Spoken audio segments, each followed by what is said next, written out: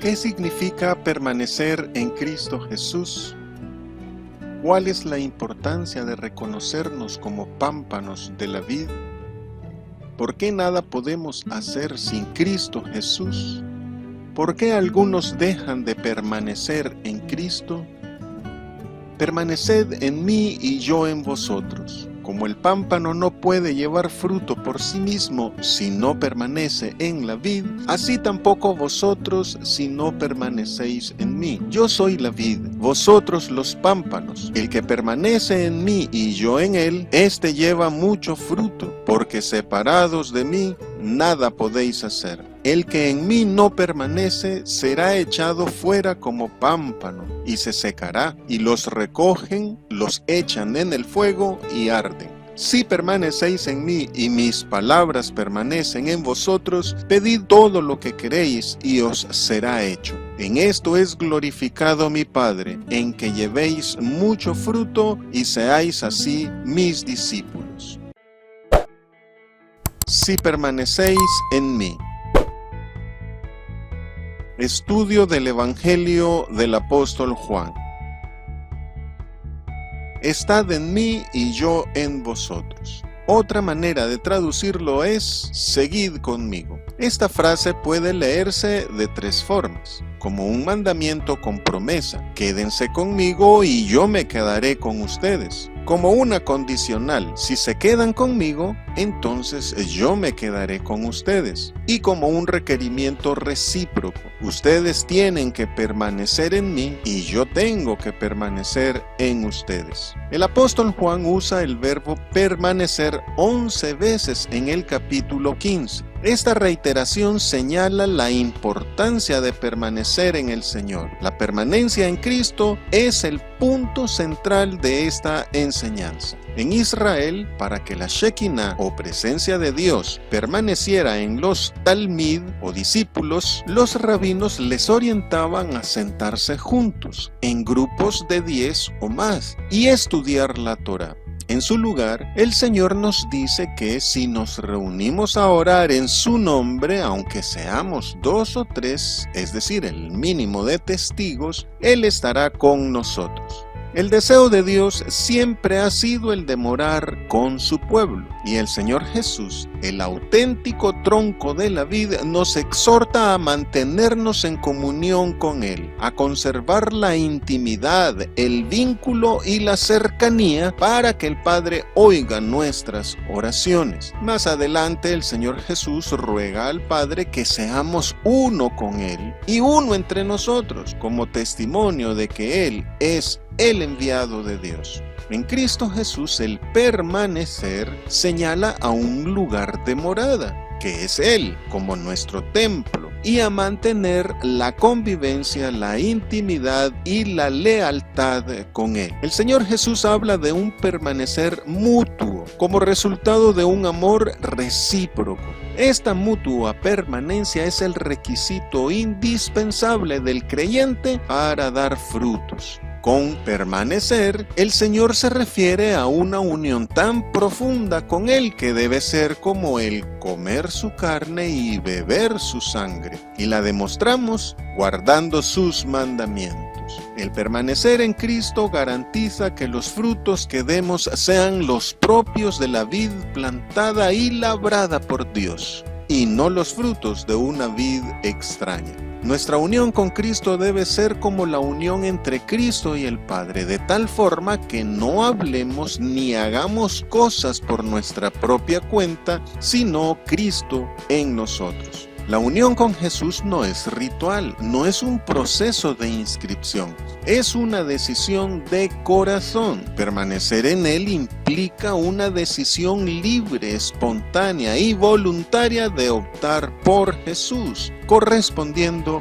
a su amor. Permanecer en Cristo es abandonar el pecado. Por eso dice, Conoce el Señor a los que son suyos y apártese de iniquidad todo aquel que invoca el nombre de Cristo. El fruto duradero que busca el Señor Jesús en los suyos es el de la comunión con Él. Como dice el profeta Jeremías, yo seré a ellos por Dios y ellos me serán por pueblo. El Señor desea una unión íntima y vital con los creyentes para que su sola presencia nos guarde sin caída hasta que Él venga y ser dignos de escapar de todo lo que vendrá y de estar en pie delante de Él. Si no estuviereis en mí. Las ramas están vivas solo si están unidas a la planta y solo así pueden dar fruto. Por eso, separados de Cristo, los creyentes nada podemos hacer. La contraparte del creyente a la iniciativa del Señor de amarnos y de dar su vida por y en vez de nosotros es obedecerlo y mantenernos creyéndole a Él. Permanecer en Cristo es la esencia de ser cristiano. Solo perseverando en Él se puede vivir verdaderamente y se puede ser fecundo en el servicio a Dios y a los demás. La historia de las bodas de Caná nos enseña que sin Cristo estamos sin vino, sin alegría, y que las tradiciones religiosas de piedra mantienen nuestras vasijas secas y sin purificarnos.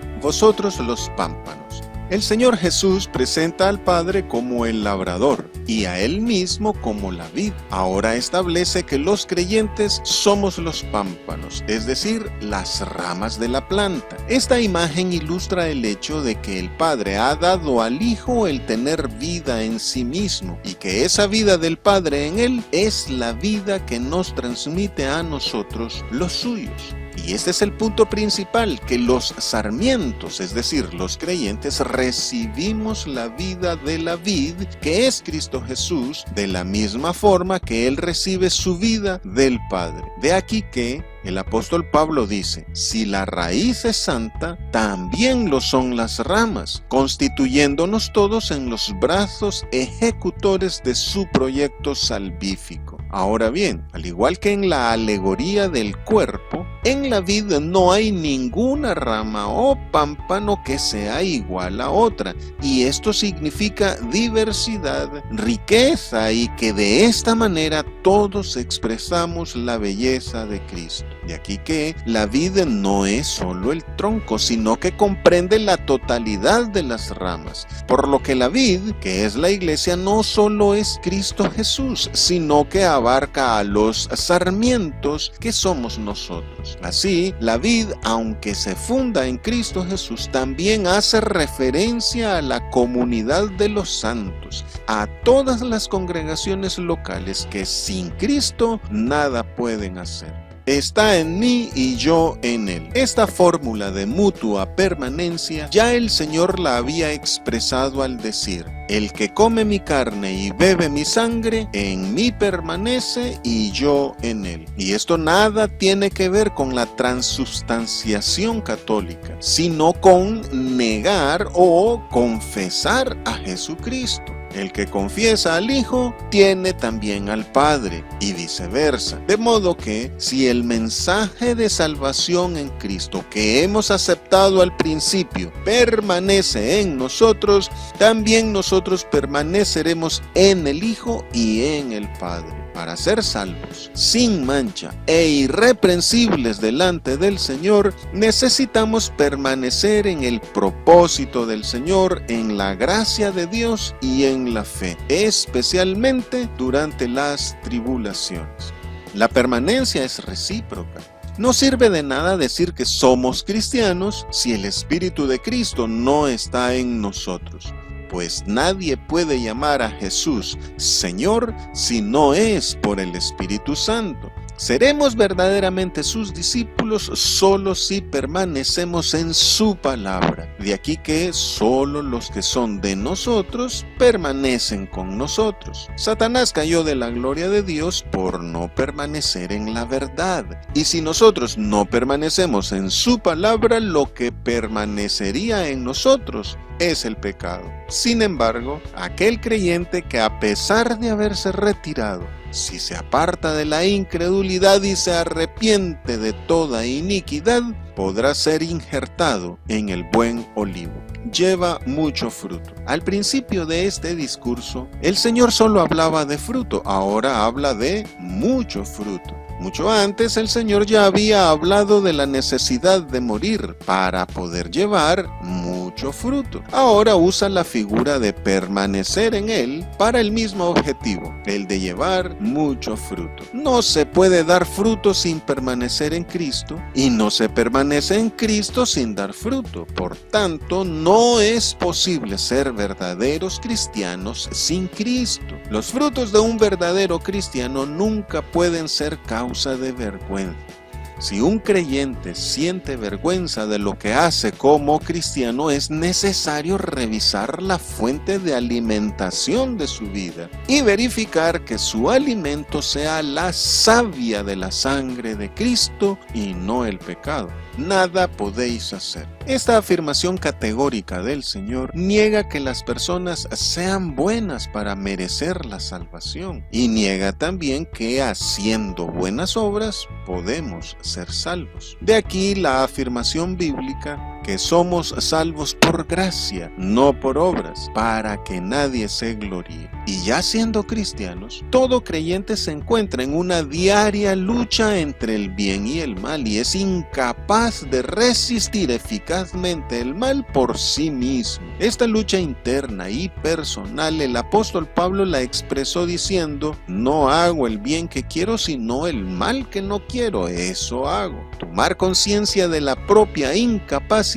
es fundamental para reconocer nuestra necesidad de Cristo para obtener su gracia, su salvación y el dominio propio necesario para negarnos a nosotros mismos.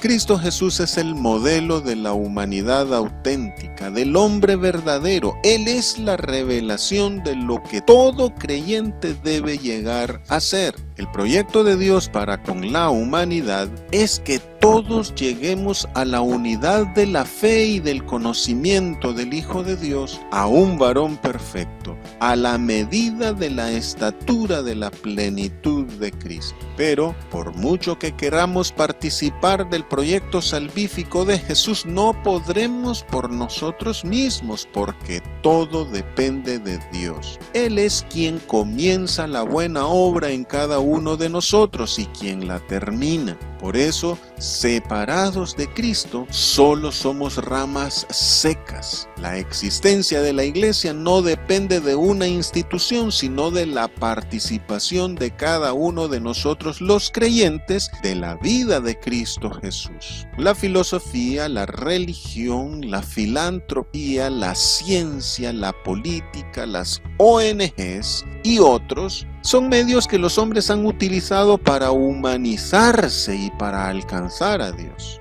Pero en el camino, la corrupción, el engaño y muchas otras cosas más hacen que todo esfuerzo humanista se desvanezca. El judaísmo se aferra a la tradición de los ancianos, que es lo que llaman ley, pero esta, al señalar el pecado, aumenta la sensación de indignidad y no ayuda al mejoramiento humano. Pero siempre está la alternativa de Cristo Jesús, cuyo yugo es fácil, su carga es ligera y sus mandamientos no son gravosos.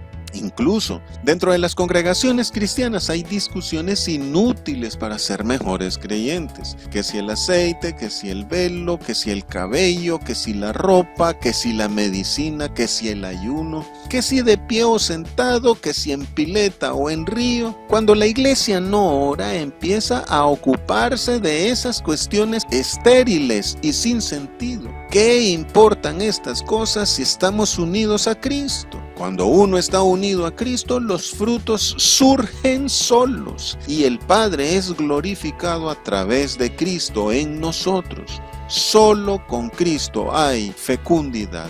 el que en mí no estuviere. Este es un señalamiento al juicio divino, como el de cortar y tirar los pámpanos que no dan fruto. Quien no da fruto no permanece en Cristo, se sale de la iglesia y regresa al pecado. Y en el peor de los casos reniega de Jesús. Y de estos últimos el Señor se desentiende. Quien se separa de Cristo deja de percibir la vida de Cristo, deja de recibir la influencia y limpieza del Espíritu Santo y de su palabra, y puede caer en apostasía. Muchos dicen que la vida cristiana es difícil. Lo que pasa es que se olvidan de Cristo Jesús y se ponen a luchar solos contra el pecado. Se olvidan que sin Cristo nada podemos hacer y cansados de luchar se apartan. Muchos predicadores, líderes y pastores se frustran al ver tanto esfuerzo y poco avance, y se dan por vencidos, cayendo en la pereza, la cobardía, en esterilidad espiritual y en decepción, dejando de dar fruto. Se olvidan que Dios no es injusto para olvidar nuestra obra y el trabajo de amor que mostramos hacia su nombre.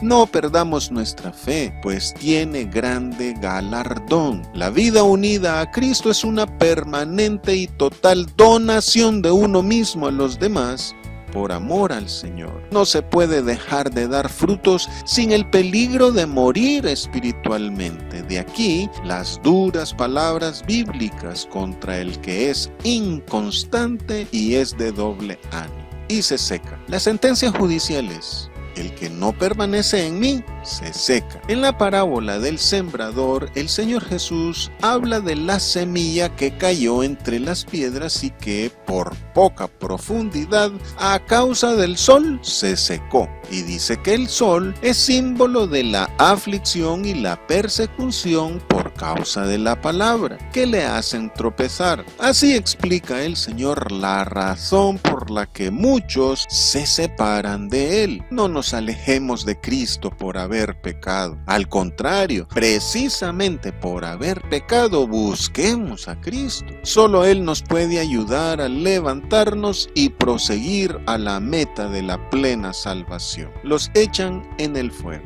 Al hablar contra la prevaricación de Jerusalén, el profeta Ezequiel dijo que el fuego consume la madera de la vid que se poda cada año y también los brotes secos de la vid. El Señor Jesús también habló de la sal desvanecida que es echada fuera para ser hollada y de la cizaña atada en gavillas para ser quemada. Pero el infierno ha sido preparado solo para el diablo y sus ángeles, no para ningún ser humano. Sin embargo, el que rechaza a Jesús será echado al fuego ardiendo en el azufre. Separarnos de Cristo Jesús, no permaneciendo en Él y dando lugar a la incredulidad, provoca la activación del juicio. El apóstata o el hacedor de maldad, el que no permanece, el que renuncia, el que no da fruto espiritual ni en sí mismo ni para con los demás, solo sirve como combustible para el fuego eterno. Por eso dice el Señor: si yo no hubiera venido ni les hubiera hablado, no tendrían pecado. Ahora no tienen excusa por su pecado.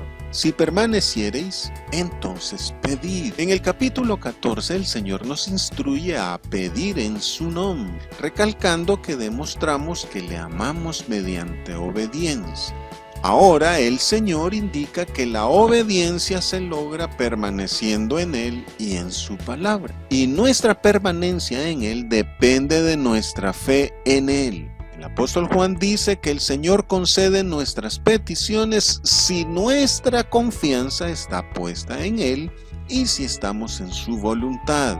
Significa pues que no es de pedir por pedir a Dios, sino de pedir conforme a su voluntad, es decir, estando en obediencia a sus mandamientos, permaneciendo en Él. Esta es la oración eficaz del justo. Si has cometido pecado y no te sientes libre de orar al Señor, recuerda que aunque nuestra conciencia nos reprende, mayor que nuestro corazón es Dios, y Él sabe todas las cosas. Si nosotros, siendo malos, sabemos dar buenas dádivas a nuestros hijos, ¿cuánto más nuestro Padre Celestial? Quien viene a Él no le echa fuera. Acerquémonos pues confiadamente al trono de la gracia para alcanzar misericordia y hallar gracia para el oportuno socorro. Clama a mí, dice el Señor, y yo te responderé. Otro secreto para asegurar nuestro corazón delante de Dios y saber que somos de la verdad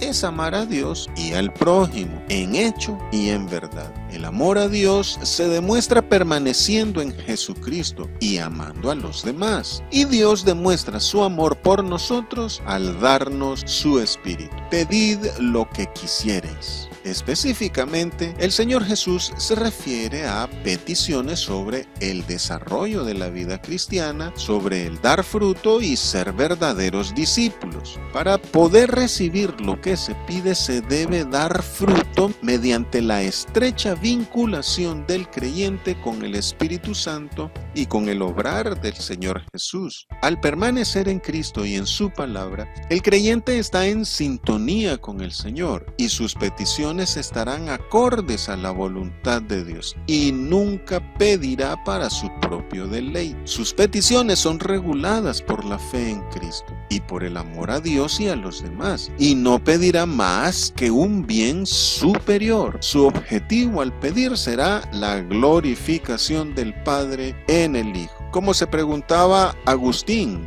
el obispo de Hipona, ¿qué otra cosa pueden querer los fieles sino lo que es conforme a Cristo? ¿Qué otra cosa pueden querer permaneciendo unidos al Salvador sino aquello que está orientado a la salvación? Es evidente la diferencia de deseos cuando se está en Cristo y cuando se está en el mundo. Es glorificado mi Padre. Así como la obediencia de Cristo Jesús implica la glorificación del Padre, nuestra obediencia también glorifica al Padre. El Señor dijo que la luz de nuestras buenas obras glorifica a Dios el Padre. Y así como con la conversión del apóstol Pablo, busquemos que las personas también glorifiquen a Dios en nosotros. Nuestros continuos y abundantes frutos glorifican al Padre, pues evidencian que es el Padre quien actúa en y a través de nosotros, y que participamos de la vida y de la gloria de Cristo, y que seáis así mis discípulos. El Señor no dice que seremos sus discípulos, sino que nuestros continuos y abundantes frutos demuestran que lo somos. El Señor Jesús llama hacedores de maldad a quienes dicen o pretenden ser sus discípulos, y sus frutos no se corresponden con su mensaje, sino con el mensaje del mundo. Los verdaderos discípulos de Cristo no aman al mundo, sino al Señor Jesús y los unos a los otros. Cuando Ignacio de Antioquía iba camino a morir por su fe en Cristo, dijo: hasta ahora empiezo a ser discípulo.